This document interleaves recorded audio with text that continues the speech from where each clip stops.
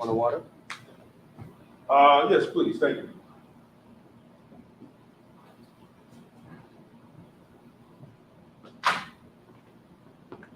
I'm just gonna move the water. Okay. Just a little bit. Okay, thank you.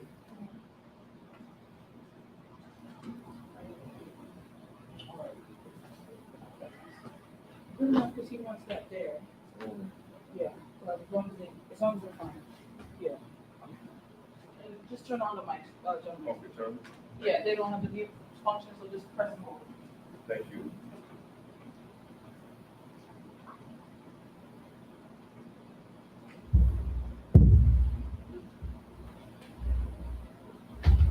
Is the volume okay with you guys? Hmm? Is the volume okay with you guys with the mic? Testing. Yes. He has to move. You have to move over, sir. You gotta slide it over a little bit. No, this way, No, from yeah, the mic. wait. Right. Hello? Testing. Testing, testing, 1, 2. That's fine. Testing, testing. You might, I'm not gonna lie to you. We both want, we gotta move this Yeah. out. You move over a little bit, so that way you won't be too close to the. Yeah, Slide a little more. just a little bit, so you have to still be in frame. Yeah, you too. You still in frame? Maybe we might have to just move. Actually, yeah, you are. All right, okay, we good? Yeah, you do. Okay, thank you. Yeah. Thank you very much. Crowd testing, Testing. that's good? Yeah, that's, Okay. yep.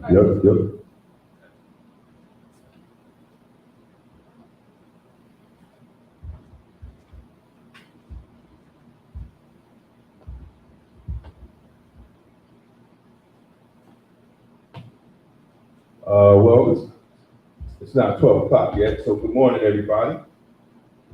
Good morning. I know I'm Morning, late. guys. It's good to see young brothers and sisters here discussing health.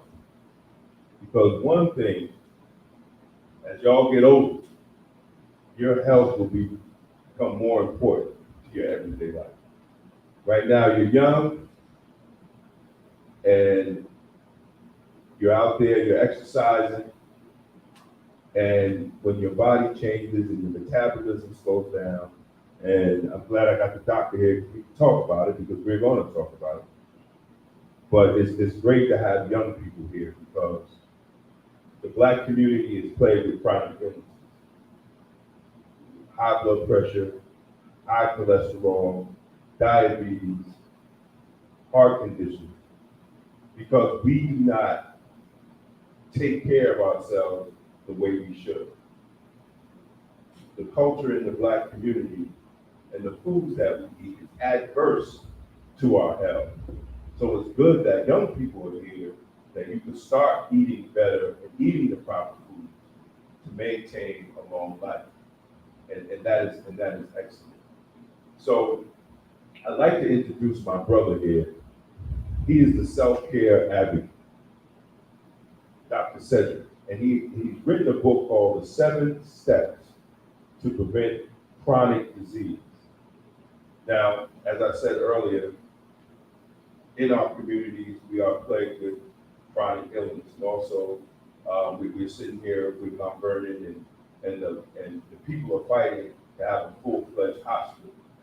But this doesn't just go on here in Mount Vernon. It happens to communities like ours all across the nation. And also to the fact that it's even harder for a lot of Black communities to get fresh fruits and vegetables. And we're going to talk about the importance of adding fresh fruits and vegetables into your diet. And we're going to dispel some of the modern philosophies around eating fruits and vegetables and the importance of hydrating. Dr. Cedrick is going to go through this.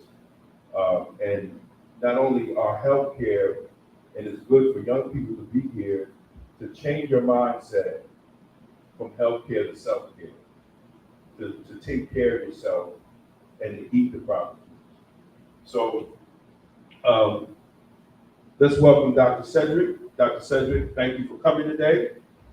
Thank you, Brother Damon. And I want to thank each and every one of you for taking the time out of your busy day and joining us here today.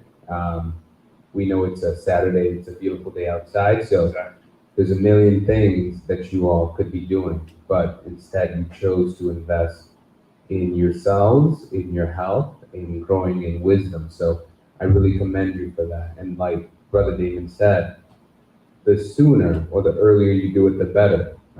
I like to think of this as an investment into your future selves.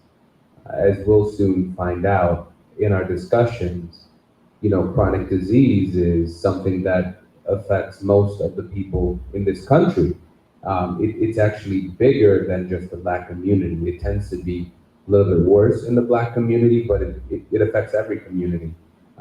So whether you're here or out there, you're likely going to be affected directly or indirectly by chronic disease. So I thank you for being wise enough to join us this afternoon, this morning rather, and I thank Damon and the Mount Vernon Public Library for helping put this together. Thank you. Now, Doc, tell them about yourself, and why did you write a book to instruct people, the reader, to teach them 7 steps to prevent chronic disease? Yes, sir. So I'll just summarize this a little bit because I don't want to bore you guys with myself. But interestingly enough, I was born in Cameroon, Africa. Just a show of hands, how many of you have ever heard of Cameroon? Okay, just a show of hands, how many of you guys could find Cameroon on a map? Okay, we have one that's confident. Yeah, it's right next to Nigeria. It's on the western, the right side of Nigeria, actually. So I was born in Cameroon, and I came here at the tender age of 9 years old. I came here with my mother, with my family, and I grew up in Rochester, New York. Well, a quick show of hands, how many of you all have ever heard of Rochester, New York? Okay, a little bit more. How many of you all have ever been to Rochester, New York? Wow. Oh, wow. We've got, quite a few people. Yeah, so that's where I grew up. How I came about to writing the book was very simple. I worshiped with a congregation of the Churches of Christ. This was known as the North Greece Road Church of Christ. And wonderful congregation, wonderful people.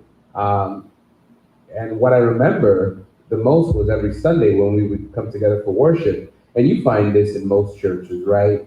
There's a prayer request, right? People will put in their prayer request, and one of the most common themes that always repeated itself every weekend was people were praying for health, right? People were praying for health. Brother Jones, Sister Mabel, on this, on that, they're always praying for health. So that had a significant impact on me, notably because when somebody would actually get better, we would praise the Lord. But when somebody would get worse or, God forbid, die, we would say the Lord called them home. And that just didn't sit right with me. Like, how is it that when people get better, we thank God, but when they get worse, we say the Lord, called them home? That didn't line up with what I read in Scripture, and it doesn't. So ultimately, I had a passion for healthcare because I wanted to do something about that. And of course, my parents, especially my mom, also had a hand in pushing me towards healthcare. Ultimately, I went to Albany College of Pharmacy, and I obtained my doctorate of pharmacy in 2013. So from then on, I went back to my hometown of Rochester. That's where I found my first job. And I remember I put together a presentation on diabetes because diabetes was, a lot of people were diabetic or were struggling with their blood sugar. So I put together a presentation on how we can prevent diabetes through the lifestyle choices that we made and the foods that we ate. And it went over well. Next thing you know, another congregation, the Lawson Road Church of Christ, I believe, had me come over and speak on heart disease and cholesterol. And next thing you know, another congregation had me come over and speak on things. So from then on, I think, from 2014 on to 2020, I just would travel around and speak to different churches. Even when I moved up here by 2016, I still did it in Westchester. And ultimately, I decided that there wasn't enough of me to go around. So the best thing to do was to put everything that I had learned in a book so that the book could go where I could not go. And that's why I called it Self-Care Advocate, 7 Steps to Prevent Chronic Disease. And the book is pretty much what it's written, what it's called, right? It's about what it's called. The idea is you have 6 out of 10 adults today that have a chronic condition. And chronic diseases are things like diabetes, high blood pressure, cholesterol. You know, a lot of people are obese now, especially young people, right? And so the only solution people seem to have is to take pills, right? Right, absolutely. You go to your doctor, you've got high blood pressure, they give you a pill or a drug to lower it, right? You go to your doctor and you've got high blood sugar, they give you a pill to lower it, Exactly. right? Exactly. You know, no matter what it is, there's always a pill that is given. And though that's fine for symptomatic relief, it never actually addresses the root cause of the problem. And that's what we're all about. And just to give you all an analogy, for those of you that like mowing the lawn, or maybe you have some front yard or backyard or something, imagine if every day as you're mowing the lawn, you see a weed, okay? You mow over that weed today, but tomorrow when you go back out there, the weed is back. It's grown, right? Because that's what weeds do. You can't really just cut them down. They'll just grow right back That's right. and roll in your yard. So that's what weeds do.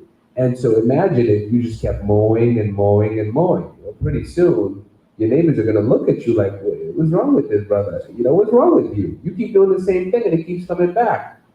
Because ultimately, one thing we have to understand is you don't remove weeds by mowing them down. You have to uproot them. Right. And likewise, in very much the same way, you don't really deal with your high blood pressure by taking a pill. You don't deal with your diabetes by taking a pill. You don't deal with high cholesterol by taking a pill. Those are symptomatic, which means that they'll work for today, but then tomorrow they'll be back. So what you have to do is get to the root cause of this chronic condition. And that's what the 7 steps here are all about, getting to the root cause or root causes of these chronic conditions. That's great. And, you know, for people that's listening, Doc, what is the difference between self-care and the medical care system? Because a lot of young people that are here, we're taught, you know, this is the way we're taught. We're sick, we go to the doctor, they prescribe medication, right? So what is self-care in difference to dealing with the healthcare system and dealing with doctors? Great question, Brother Damon. So he asked a question about what are some of the differences between self-care and the conventional model of care that we have. Now look, before I get into this, I just want to say I'm not here to bash everything about the current healthcare system, right? Right. Because you know what? We do a great job with what I call heroic medicine. Right. If you were to get into, God forbid, a car accident, this is probably the best place on earth because they have doctors that have been training, you know, residents, That's right. all of these surgeons. This is the best place you want to be. Now, it'll cost you, Right. but it'll also save your life. Exactly. So I want to praise that aspect of healthcare. I think the issue at hand that we're fighting right now, Brother Damon, is the idea of self-care. So right now, the current approach is focused on, again, a drug therapy. That seems to be the main approach to this. There's not enough time between you and your doctor to go over your lifestyle. Right. But unfortunately, these things we call chronic diseases, again, the high blood pressure, heart disease, cholesterol, obesity, acid reflux, diabetes, all of these different things. These things we call chronic diseases are actually lifestyle diseases, which means that they develop as a result of how you live and how you eat. Right. Right? Right. You know, there are some funny stories of people that tend to blame their genetics. They like to say, well, my daddy had it. And Brother Damon had a funny story about diabetes. I want you to go ahead and share that because it's all about shifting the blame, finding someone or something or a scapegoat to blame your disease on. But the reality of it all is the reason we're sick, the reason we have these chronic conditions, the primary reason is the way we live and the way that we eat.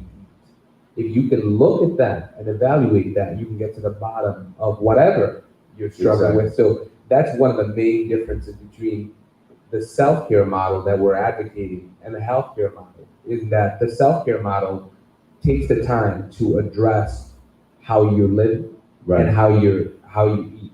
And so there's also a difference in the modalities. The conventional medical model looks at each organ or each organ system as a separate entity.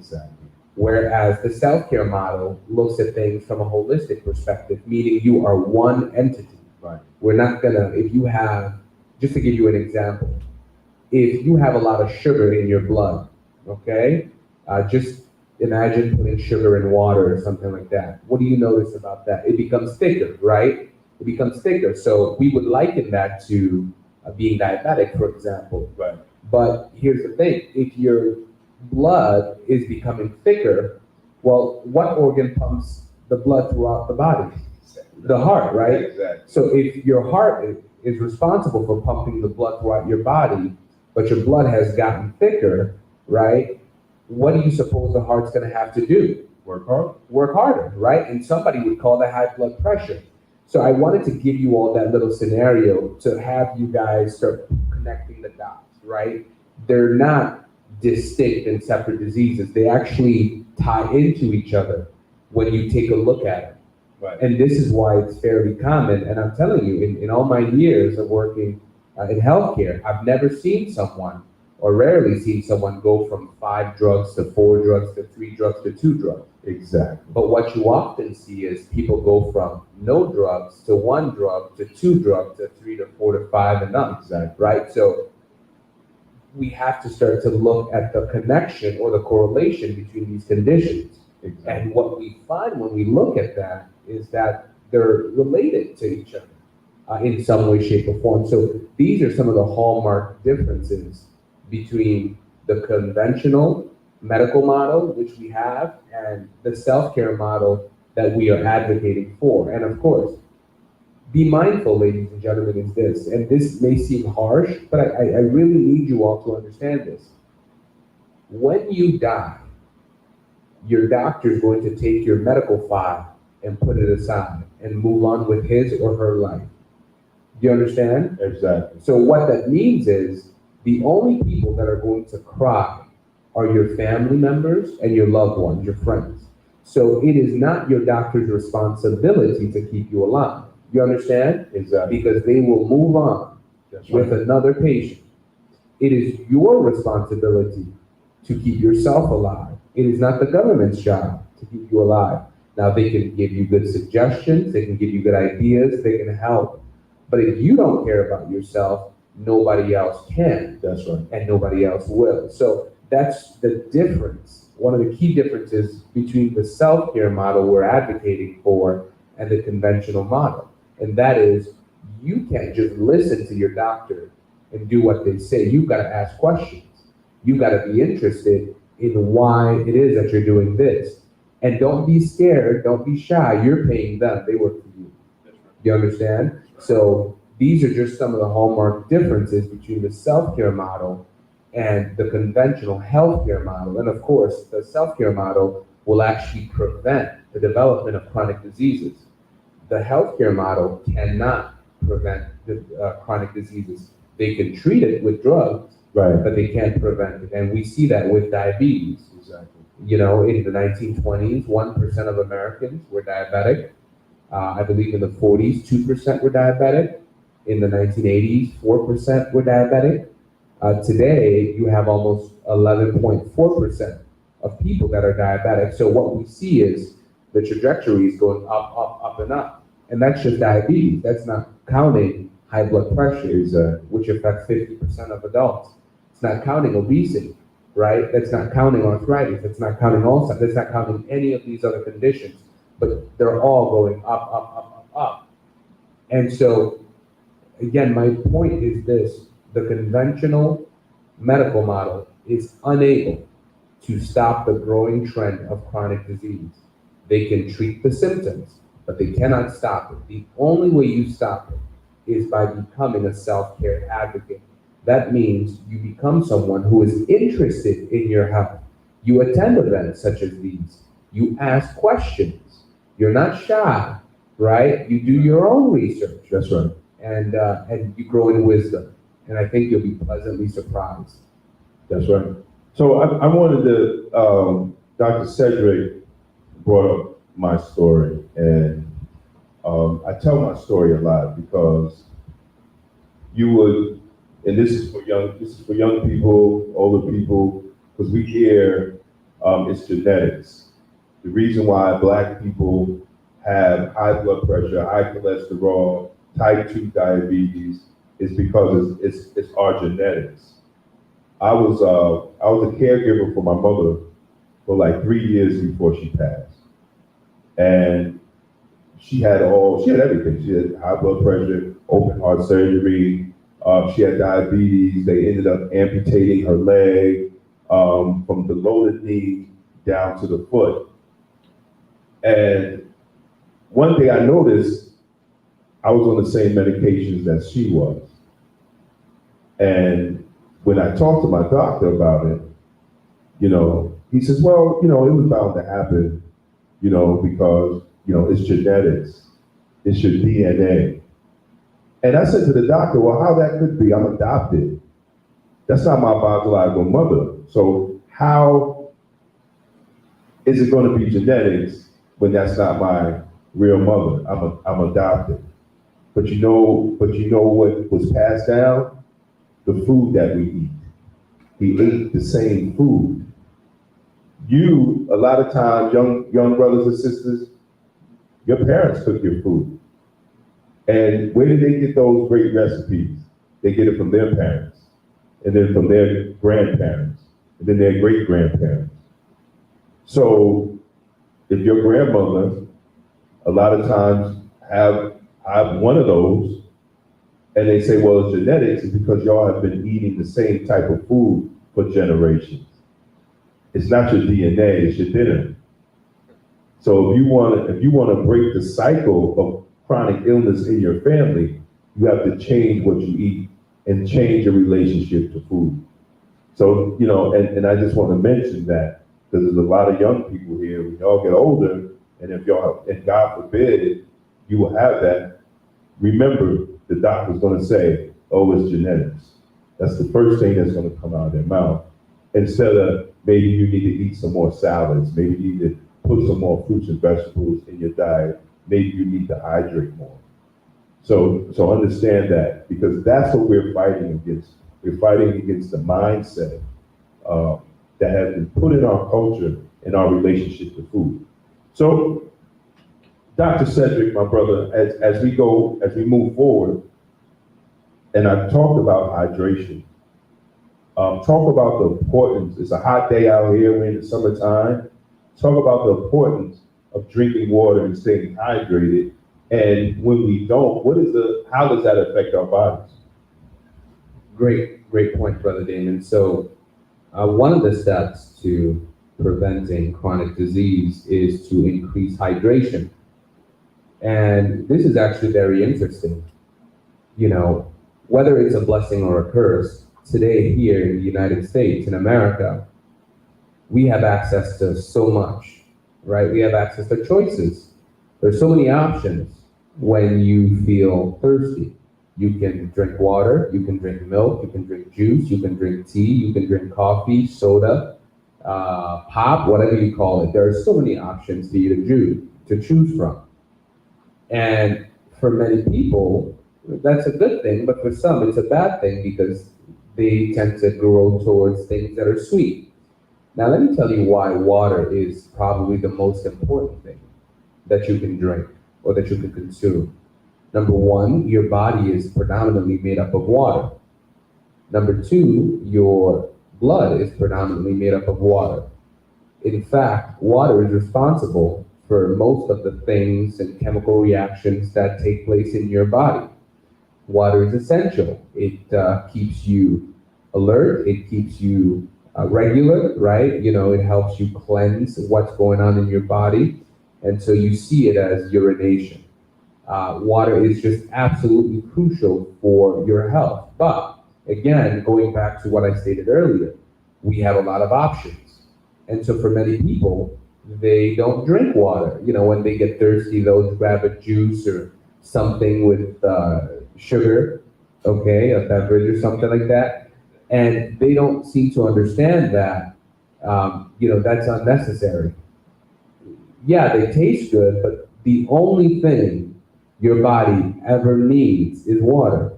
For example, you can live the rest of your life without milk, without drinking juice, without drinking soda, or pop, or, you can live the rest of your life without drinking coffee, tea, or any of that stuff. And you can only drink water, and you will live to a nice, ripe old age. However, if you were to drink any of those other beverages without water, That's right. you're not going to live as long. Okay? And plus, you're going to get other things such as diabetes because a lot of these drinks and beverages are jam-packed full of sugar.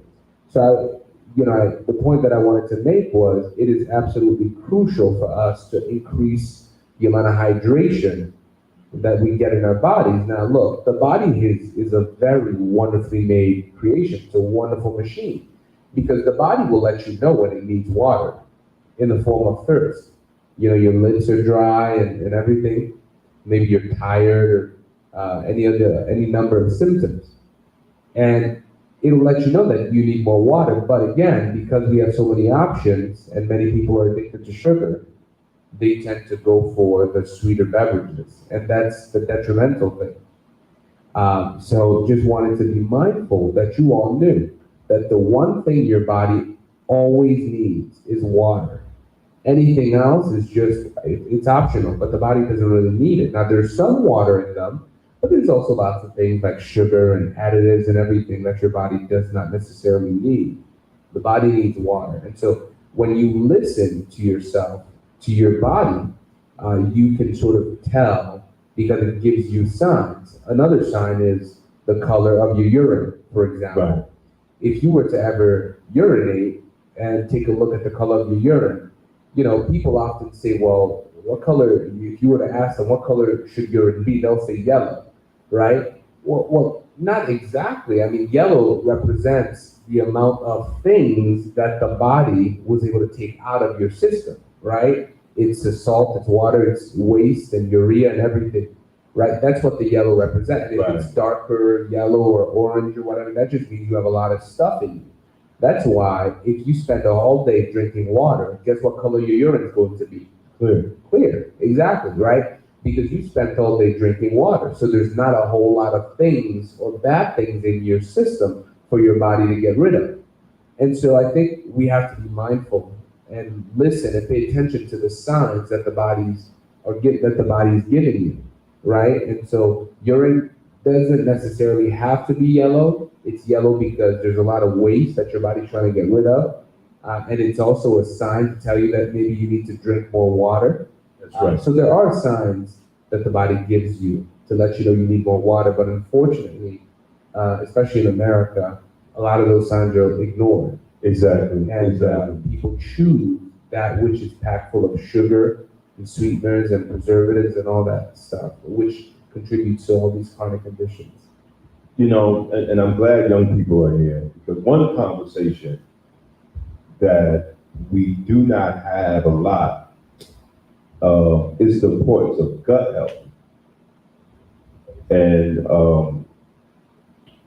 understanding the importance of having gut health and how it relates to our overall health and wellness. And it's good for young people to start now and understanding how to keep their gut healthy and why it's important to not only, even mental clarity, right? So Doc, please explain and talk about gut health for the people that are here. Great question. Great point, Brother Damon. So when we talk about the gut, I just want to let you know where it starts and where it ends. The gut is a tube. It's a long, continuous tube. It starts in your mouth Okay, now we're all adults here, or grown folks here, right? It starts in your mouth and it ends in your anus. Okay, it ends where the poop comes out. It's one tube. There's stuff in between there, but this is why what you put in your mouth comes out the other end. Right. So that is the gut. Now, it's responsible for so many things in the body. It's responsible for breaking down the foods that you eat, with the stomach and stomach acid, chewing the food. It moves the food across your gut, right? You have different parts, the small and large intestine, where a lot of the foods that you've eaten, some of the nutrients that's in there get sucked into the bloodstream and absorbed, and even the waste. So that is the gut. Now, what's interesting is that when you look at the gut and you take a look at what's going on in there, you realize something very interesting. There are billions, if not trillions, of cells that are in your gut, and they have an activity in your gut, right? So they are alive, and they either help you or they hurt you. It's called a symbiotic relationship. So how many of you, for example, have ever seen a shark swimming? You've seen a video footage of a shark, okay? How many of you have seen like little fish that are swimming right next to the shark? Okay, so you know what I'm talking about, right? Like you see a shark, the shark is rarely ever by himself or herself, right? There's always these small fish around the shark, and I always wondered, why doesn't the shark just eat them, right? Why doesn't the shark just eat the little fish? Well, that's because these small fish have a function. They have a purpose, right? The shark doesn't want to eat them because they do him a favor. And so what actually happens is when the shark grabs onto bigger meat, right? It doesn't just swallow it, it shreds it apart. You see the shark shaking left and right. And so bits and pieces from that seal or that large fish start flying out and around. And so the small fish that are following the shark, they eat up the small chunks of broken meat that the shark has caused. And so they're following the shark because they get a free meal out of it. He does all the hard work and they get a free meal out of it. Now, the shark keeps them around because they actually act, in many times, they act like the shark's dentist. So what will tend to happen is, if you've ever eaten food or meat, it gets stuck in between your teeth, right? You and I, we can floss. We can get the floss and remove the food that's stuck in between our teeth. However, sharks don't have hands and they don't have flosses. So what a lot of times will happen is these small fish, they go in the shark's mouth and they eat up the scraps that's stuck in between its teeth and allow it to, keep healthy and continue to shred meat. So that's what tends to happen. So it's a mutualistic relationship, right? And so we have that sort of relationship with a lot of the germs that is in our stomach, is in our gut, in the sense that when you and I eat food, they actually help digest it. They help break it down, okay? So they get their food from the foods that you eat. However, you have to understand that they also have a role that's helpful to us. Many times, they protect us from more harmful bacteria and viruses. So they eat from the foods that you eat. They help break down some of the foods you eat. They can even help produce vitamins, but they also help you by fighting off some of the other worst, viruses and bacteria that are trying to get in there. So there's a whole war zone going on in your gut. Now, here's what you have to understand. The health status of your gut is entirely dependent on the types of foods that you eat. And so the types of hormones that you're going to produce is completely dependent on the types of foods that you eat. In fact, you have a lot of people that are dealing with depression right now, and folks are depressed or they're constantly sad or they have all these mental issues. Well, did you know that there is a nerve endings that connect from your gut all the way to your brain, right? So that means the state of your gut plays a direct role on the state of your mental health, right? So you can think about it. You see some people, they seem to have everything, they're rich, they're famous, they have friends, they have loved ones, but then you hear that they committed suicide. Exactly. Well, what happened? Everything seemed fine. They didn't have, the IRS coming after them, right? They seem to have had their lives in order, but something up here wasn't quite right. And ladies and gentlemen, I'm here to tell you that it's the gut. We have to start looking at how we're treating our gut. What types of foods are you putting in? Are they full of probiotics, right? Are they full of prebiotics? Are they full of fiber? These are things that can help build up your gut and increase the diversity. Or are they things that are packed full of sugar and vegetable oils, things that actually kill a lot of the healthy cells in your gut? So we've got to start looking at these things when we see someone who is acting out of their mind, because there is a strong correlation between gut health and mental health. Exactly. And, with the young brothers that are here, we also have to be mindful that suicide with young black men is increasing. It's increasing and it's continuing increasing. And food plays a role in our mental health, just like the doctor said. Not only living in communities, just being black causes anxiety and depression. And dealing as young black men, we have to go out in a world that doesn't like us, right? We are on survival mode, and it's up to older black men to protect our younger black men and also give information. So, mental health, anxiety, and depression is linked to the food that you eat. And I want y'all to remember that, when you're eating something, when you're eating a lot of processed foods, when you're drinking a lot of sugary drinks, it's all linked to the food that you eat. And the first thing they want to do is put you on Ritalin and diagnose you as ADHD, that you can't control yourself in school, and give you all these type of labels that they give young black men in the educational system. Part of that is your diet, and we have to recognize that, and we have to talk about it more. Adults need to talk about it more. So I'm glad that there's young brothers and sisters here to discuss that, because just like they're quick to give us medication for chronic illnesses, they're quick to diagnose young black men and women with ADHD and different attention disorders, and give them medication also. And the easiest way to change that is just to change the food that you eat and exercise. But time is running, but I want you to talk about, as we close out, the self-care 7.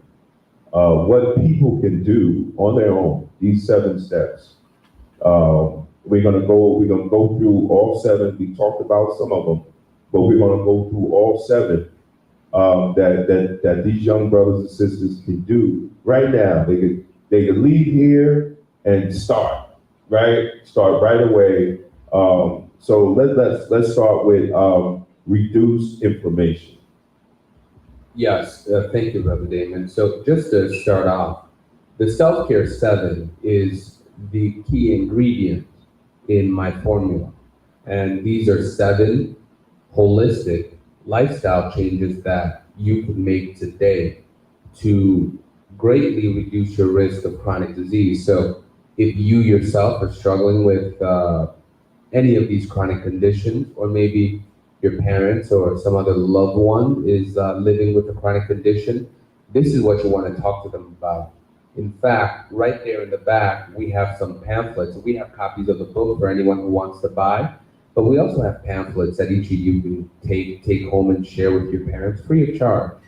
We have links to our webinar where you can learn a lot more about the Self-Care 7. And of course, anybody that's sick and tired of being sick, give it to them or send them to my website where they can learn more information. But the Self-Care 7 is the protocol that I trademark. It's a unique protocol that helps people adopt a holistic lifestyle to prevent chronic diseases. And it works beautifully because we do it gradually. I think one thing that we have to be careful of is we have to understand that a habit is one of the hardest things to break. So if someone's been living a certain way for 20, 30, 40 years, and you come along and you show them a better way to live, most people just are not going to make the transition, okay? And that's because a habit is one of the hardest things to break. They're going to keep doing what they've been doing, even if it doesn't work, or even if it leads to chronic conditions. So what we decided to do was do it in a way that was the least painful. And so that is done gradually over a period of 7 weeks. So each week is one step. And so Brother Damon said, the first step is reducing inflammation. What you have to know about inflammation is that it's a naturally occurring process. It can actually be a good process because it helps the body respond to any sort of trauma or infection. So when you cut yourself, for example, you know that burning sensation you feel? That's inflammation. That's your white blood cells going to the area to fight off any bacteria that thinks about invading and colonizing. So inflammation is a good thing. The problem comes when inflammation becomes repeated or chronic, which means that it's non-stopping. It's there for days and weeks and months, that sort of thing. That's when it becomes a problem, and we call that chronic inflammation. And the interesting thing is that you look at the foods that we eat, you know, the amount of sugars that we eat, the processed foods, the refined grains, the vegetable oils, you know, the soda beverages, all of these things, and the additives and preservatives in our foods, all of these things contribute to inflammation, which means that when you eat them each and every day, your body responds like it's a war zone each and every day. Now, over time, it takes its toll on you because it leads to a whole host of other diseases. Again, it can lead to high blood pressure, diabetes, obesity, any of these things, any number of things. So, you know, one day you were fine, then this issue happened, and now you've got 2 or 3 chronic conditions. Well, Exactly. inflammation is at the root cause of it. So just think of inflammation as a good thing, but too much or repeated inflammation can actually be very, very detrimental to your health. So keep that in mind. All right, and the second step, Doc, is practice elimination. Yeah, so practice elimination is the second step of the program.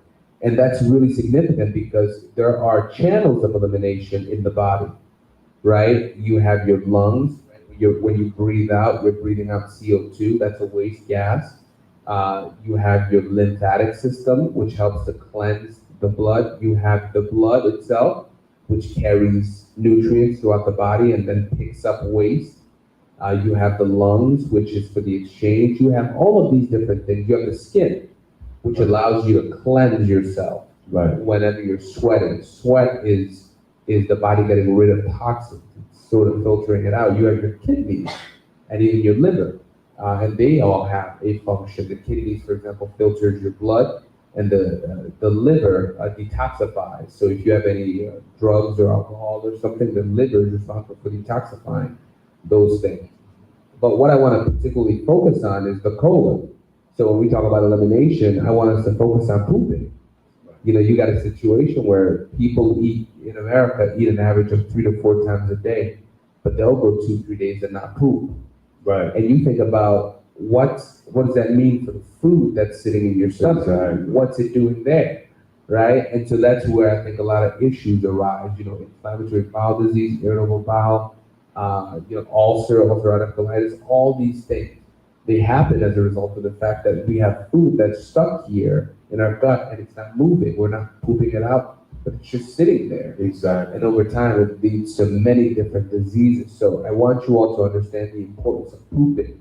And so you can do that by eating enough fiber, drinking enough water. Sometimes you can take supplements to help you, but it's good, or it's better if you eat a diet that contains the fiber. Exactly. That way you can make sure that, hey, you're staying regular. Right. Now, we all know, right? We all know when we throw out old food, right? We put it in the garbage, and it's a holiday, so the garbage man don't come, right? The garbage man starts stinking, right? And you have that garbage sitting in there for a long time. That's the same way as your body. If you eat 3 meals a day, they should tell you to eat 3 meals a day, but it takes 8 hours to digest each meal. So if it takes 8 hours, so you're putting more food into your body before your body actually digests the first meal. If you're eating breakfast, lunch, and dinner. And if you're eating processed food, you're eating meat, those things take longer because your body takes longer to digest and break these unnatural things to your body down. So what happens? And then some people, like Doc said, they don't go to the bathroom 2-3 days. So you got all that waste sitting in your body. And what does that do? That waste starts depositing the mucus throughout your body because your body has to get rid of it. So then you become obese or you get sick. So the goal is to eat good foods that your body can naturally digest it so you can remain healthy. A lot of things that we're taught, even in school, on eating, it's adverse to our actual health. And if we can start young and just being mindful of it. I'm not telling y'all to go home and be like, Mom, I'm not doing none of this, Brother Damon said. No, just be mindful of your eating habits and how that's going to affect you as you get older. Brother, we talked about the importance of hydration. I believe we talked about digestion. Let's talk about the importance of nutrition. Yes, thank you, Brother Damon. So one of the steps in the Self-Care 7 protocol is to improve nutrition. And so it really starts by understanding what nutrition is. I think one thing Brother Damon said earlier was, especially when it comes to Black communities in America, but in other minorities as well, is that a lot of our diseases, a lot of the things we struggle with can actually be traced down to our food culture, okay? And I think it's time, it's overdue, but we have to have a conversation on the food culture in our communities because we let things get away with blaming genetics and blaming genes when it has nothing to do. It has absolutely nothing to do with your genes. It has everything to do with your culture. So it's very important to understand the value of each category of nutrients. So we're talking macronutrients, micronutrients, which are vitamins, minerals, antioxidants, which are proteins, fats, healthy sources of fat. So it's about understanding what each of them are, what they do, what function they do in the body. And so then, as you're designing your plate, whatever it is that you decide to eat, you make sure you have a source of healthy fats, a source of healthy protein, definitely vegetables in there, to maintain your frame, right? You've got to be able to supply your body with all these nutrients that it needs to function optimally, or else things will start breaking down. So that's what this step is all about, improving nutrition by learning what nutrition actually is, and then figuring out a way to implement it in spite of your food culture. Right. Exercising, the importance of exercise. That's one of the steps. So let's talk about that, and then you could go right into for the sake of time, so we can see if anybody has any questions. You could go right into the last step about restoration. Yes, sir. Thank you. So let's talk about what was it? Exertion. And then, okay. So let's talk about exertion. So think about your day. Think about what your day looks like. For those of you that are young, you get up in the morning, you go to school. you're sitting down for what, 8 hours a day? And then you're going home, and then for some of you all, you just watch TV for a couple more hours, PlayStation and play the video games. man. And then, before you know it, it's nighttime and it's time to go to bed, right? And you think about how long we spend sitting down, okay, in a given day. Well, when you look at your parents, adults, it's not much different. They get up, they go to work, they're sitting down. Some jobs, they're sitting down for 8 hours a day. And then they come home, they're tired, they sit down some more, Exactly. right? And then before you know it, the day's over and they go to bed. So it's happening to kids and adults. And so we call that a sedentary lifestyle. And what that simply means is that you're living a lifestyle where you spend very little energy because you're always sitting down. Right. And so the danger with that is even the CDC has known, research has shown actually, that lifestyle can lead to over 30 different chronic conditions. It is directly linked to over 30 different chronic conditions. And so, you name them, obesity, of course, high blood sugar, diabetes, oh yeah, high blood pressure, of course, right? So because your heart should be pumping, it should be moving, right? That's why exercise is good for you. Running is a great way for your heart to move, the blood to actually be cleansed because, it starts to filter, it starts to take the oxygen to your cells, but it also picks up the waste, the carbon dioxide. It forces you to sweat, which is really good because the skin is the largest organ in the body.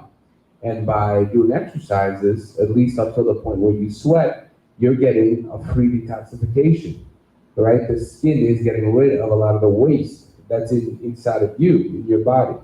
So exercise is absolutely fundamental. Now, there are different ways to go about exercise. Obviously, if you're someone who just has not been active for a very long time, maybe start walking before you run, walk around the neighborhood, walk around your community, just make sure you get your steps in, right? And if you're young and healthy and fit like some of you all look, then maybe, get it into a consistent rhythm or consistent pattern of exercise. Maybe run 10 minutes a day, maybe run a half a mile, but do it consistently, especially now when you're young, right? Because tomorrow, when you have a family and a job and everything, you may not have the time. You'll just talk about it. Or you get older, like me, and your body just don't move as like it used to. But if you exercise like Doc say now, if you start the habit of exercising at least 30 minutes a day, that's all it takes.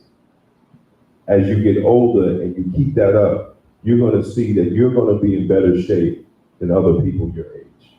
Just doing 30 minutes a day exercise. He's absolutely right. Because any amount of exercise actually contributes to your overall well-being.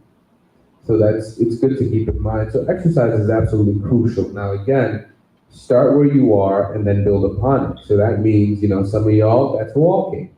For others, it may be running. For others, it may be going to the gym. All of those things are good. But the important thing is to sweat. You need to sweat. You need to let your body exert itself. Because that's how muscles grow, by putting pressure on it. You need to, it has so many benefits. It even has mental health benefits. Exactly. It right? Reduces stress and anxiety. Reduces stress and anxiety. So yeah, it affects you in so many ways. Plus, the more blood flows, the more your heart beats, the more blood flows to the different parts of your body, the better every organ performs because blood delivers oxygen to your kidneys and all these other organs. And so they're able to function properly.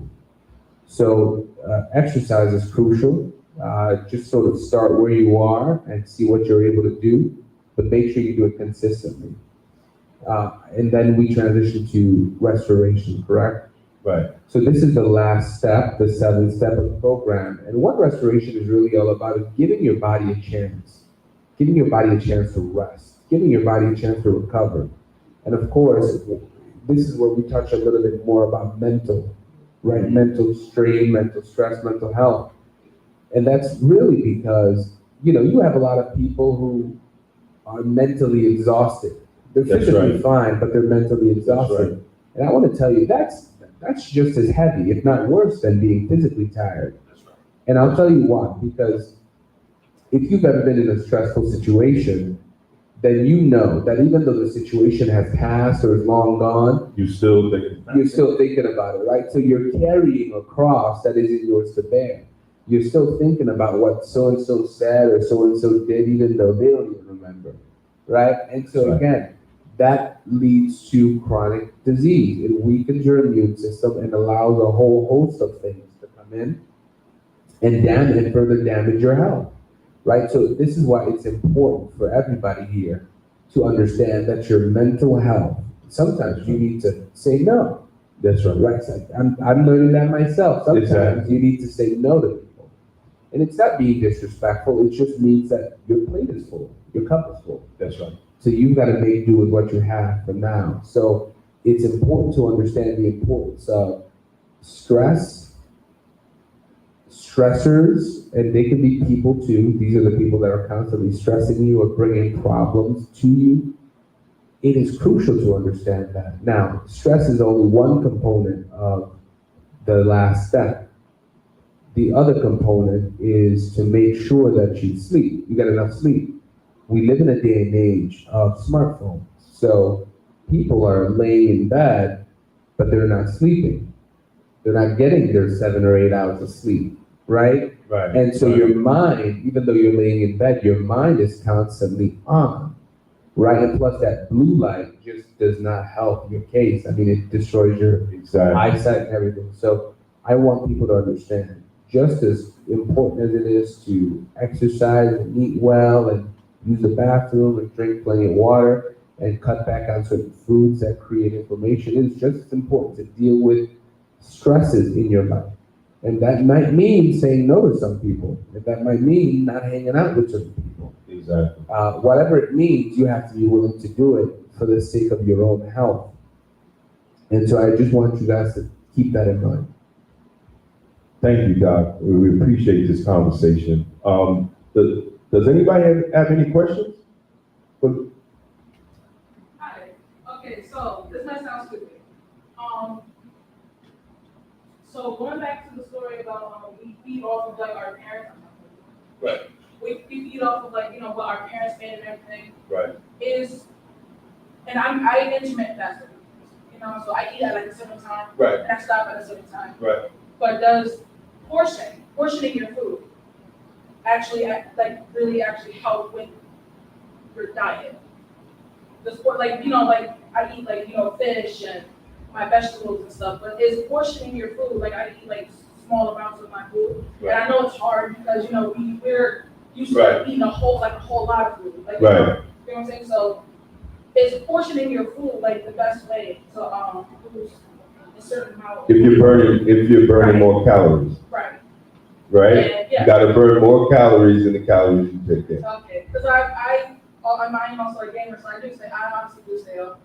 And yeah, I do, I really do. No, it's nothing wrong. This is nothing wrong with that. As long as someone said to me, they were talking about this guy that was a vegan, right? They said, well, how can he be big? Because he could eat vegan food, and then it depends if he's eating a lot of processed vegan food, which is just as bad as eating processed food. But the whole thing is you gotta balance that out with burning. You gotta burn more calories than you take in. So portioning it is making sure that you're not going over a certain amount of calories in each meal, but you also have to burn those calories, right? So, that's why we went back to the 30 minutes a day and making sure that you exercise. Because now that you're doing the portion, you're having less calories, right? But now you gotta burn more. And that's how, it'll help you lose weight. Go ahead, Don. And I also wanted to add, there are many advantages to what you're doing. Number one, because if you're taking the time to make your meal, Right. you're mindful of what Exactly. you're putting in. Exactly. You're probably, even if you have to fry something, just make sure you avoid certain cooking oils. I have a Right. whole list of oils to make sure you don't cook with. canola oil, safflower oil, some of those things. That Yeah, you gotta stay with it. stay away. They cause so many. They contribute to so many heart attacks and all these different chronic diseases. So you make sure you stay away from that. But you have a choice whenever you're doing portion control because you're preparing your meal compared to somebody who goes into a restaurant. You know, most restaurants, unfortunately, use the cheapest oil they can get, canola oil. Right. And so, you know, people are eating and they taste good, but, you know, deep down you should know that it's causing inflammation, which can affect your heart Right. and lead to death or some sort of chronic issue. So there are many advantages to what you're doing when you're packing your food and everything. You just have to be mindful that you include some of the other things to make sure it's a complete meal. You're getting your micronutrients as well as your macronutrients. You just have to make sure of that, and I think you'll be fine. Thank you. Yes, young brother. Alright, so, yeah, I got a question. I go to the gym like every day, like Good. every single day. I don't know how long it's been, but for the most part, I got a question regarding my diet. I eat a lot of protein. If I see protein, I'm eating it. I don't even care what's in it. Like, it's protein, I'm eating it. Like, at this one point, I'm gonna admit myself. Like, I went to McDonald's, right?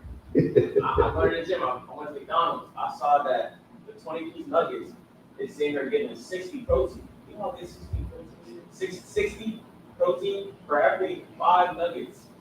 It was 10 protein, something like that. 4 nuggets is 10 protein. So like, my question is like, should I like focus on like this? Because I know like I'm aiming for getting protein because you know protein is very hard to incorporate into your diet, like how expensive it is. So like, can I use like cheaper methods like to get protein? Absolutely. And not worry about like it having extra fats or Absolutely. carbs and stuff like Absolutely. Get some beans, bruh. Get some beans, walnuts. I mean, walnuts is kind of expensive, but walnuts, those are good proteins. You know, like proteins is not always meat, right? We're under the understanding that proteins are always meat, but beans to me, that's my protein, right? I eat a lot of beans because I don't eat meat. So I eat a lot of beans, and that's good protein, good fats, avocado, right? You know, and you're at the size now, you know, your metabolism is high, right? You're burning it. Don't look at to bulk up because as you get older, the weight's gonna come, right? The weight's gonna come, but continue to work out, and the natural process of your body, you're gonna get bigger, right? So don't try to weight gain and all that. Leave all that alone. And I'm telling you from experience, leave all that alone. When I started corrections, I was 185 pounds, right? And that was 33 years ago. And the guys there told me the same thing because I used to get the weight gainer and all that. I want to be big like the co-workers, you know, we walk around with our muscles and everything. But they told me, don't even worry about that because as you get older, that weight's going to come on. So just work out, do your cardio. If leave the processed protein alone, all that's just tricks in McDonald's to make you buy it, right? So, you know, it's still processed food. I don't even know if it's meat, right? You know what I'm saying? We still trying to figure out if it's meat. Exactly. But the best protein for you is beans, nuts, legumes, man. You know? You're welcome. Doc, you want to add on that? No, that was excellent. That was well said. I think that we have to commend him for being invested in his health. Exactly. Right? But I also have to agree with Brother Damon in the sense that don't worry about it. You're pretty young. You'll get big with age as long as you work out, you know, and you make sure you eat well. Right. The body's going to take that and convert it into sources of energy and actually build you up with what you're eating.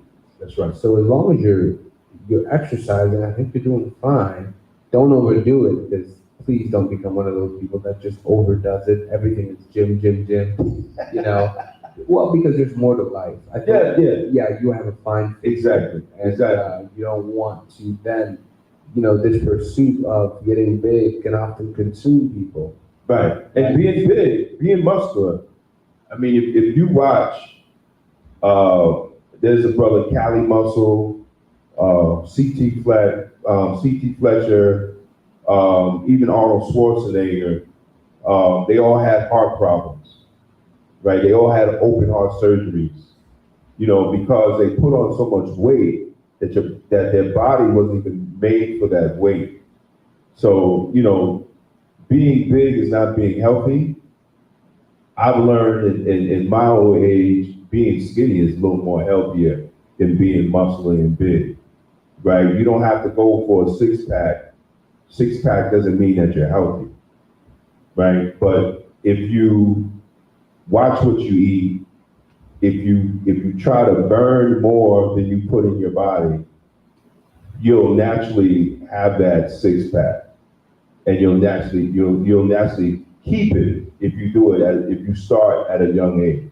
So health is your mindset, right? You have to have a health mindset to live a healthy life, and everyday activity should be connected to your health, because this is the only body you got, ladies and gentlemen. This is it, right? Once you mess this one up, maybe probably when y'all get older, they might be able to do what's in the movies. I'm not sure about all that. But right now, this is the only one you got. So you need to take care of it. And the body is so remarkable. You got a remarkable thing here. And the only thing you have to do is treat it correctly to live a long life, and not abuse it and not take your body for granted. Whatever shape you are, right? You see a lot of these young girls, they run in and get their body done and doing all that, and it just go to the gym. Just go to the gym. You ain't gotta get cut up by some doctor in DR and put your life on the line with some doctor, right, Doc? Just go to the gym. Yeah. Just go to the gym. You want a fat butt? Then go to the gym and work out, instead of pushing chemicals in your behind and then ultimately dying from it, because you don't know what these doctors is putting in you.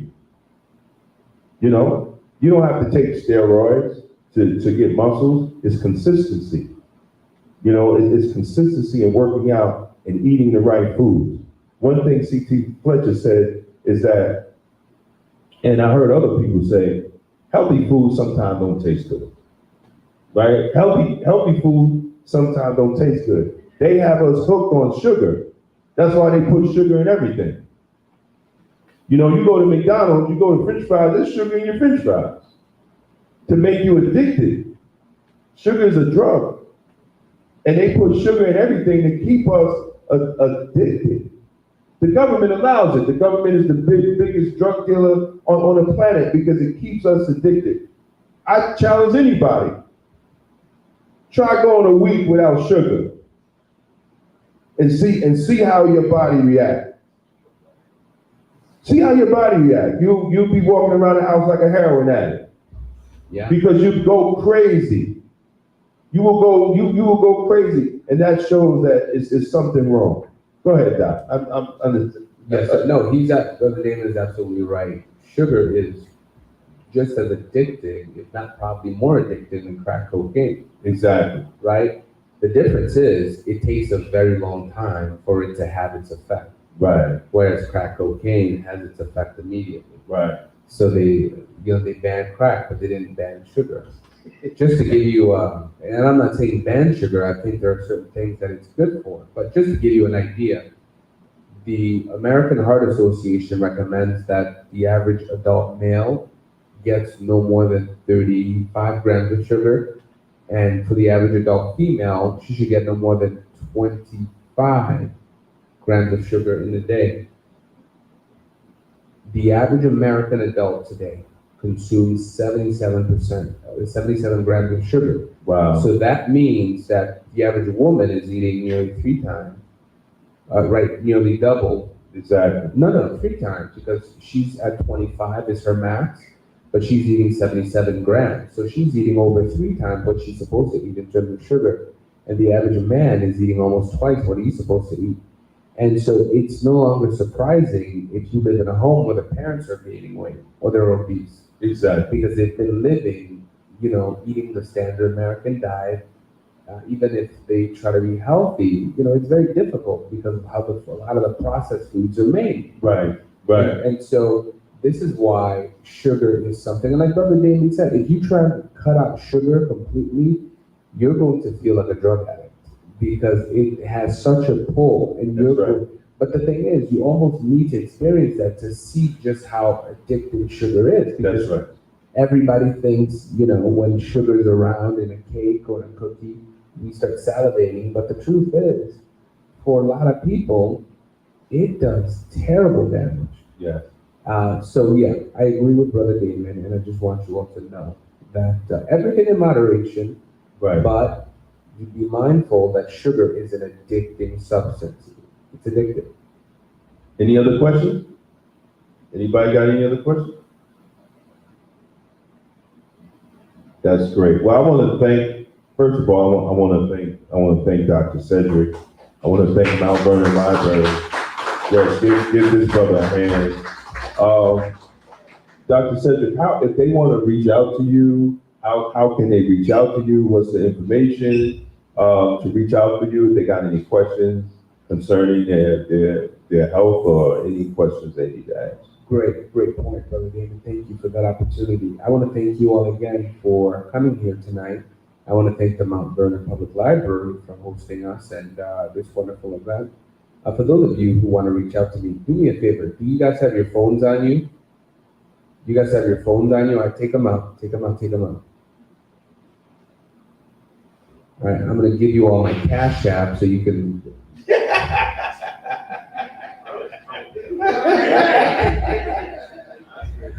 No, but really, do take them out though. I want you guys to find me on YouTube. I want you guys to find me on YouTube because that's where I post a lot of my videos. It's Dr. Cedrick, that's DrCedrick. So 2 words, Dr space Cedrick. And you'll see a dude in a blue suit. Let me know if you find that picture. You found it? Just help everybody out, please, so they can know. Yeah, and just subscribe. That way you'll be in touch with my content. And of course, we have pamphlets up there, so I hope everybody will take one, take a look at it, share with your loved ones. And for those who want to stay in touch with me, my website is drced.com, drced.com. And of course, we have books up there. If anybody's interested, just let me know. I'll leave an autograph for you. Thank you. Thank you. And thank everybody. Everybody have a blessed day. Everybody that's watching on YouTube, on Facebook, on LinkedIn, thank you very much and have a black-tastic Saturday. Peace out. And remember, God is in your vegetables. Peace. Amen.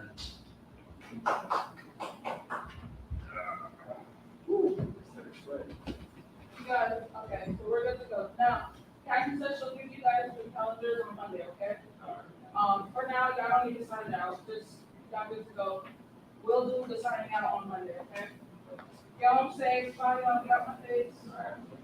Oh, I'm sorry, on Monday, 9 a.m. Report to work at 9 a.m., okay? All right, y'all, so look at all, bye.